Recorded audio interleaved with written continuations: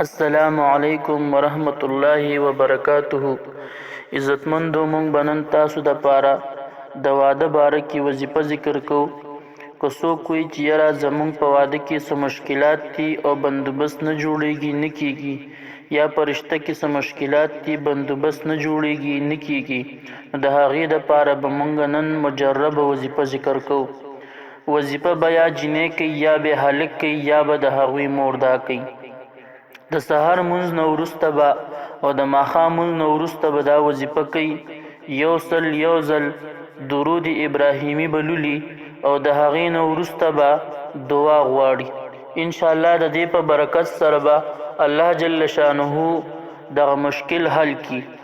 درود ابراهیمي: اللهم صل علی محمد وعلى آل محمد كما صليت على إبراهيم وعلى آل إبراهيم إنك حميد مجيد.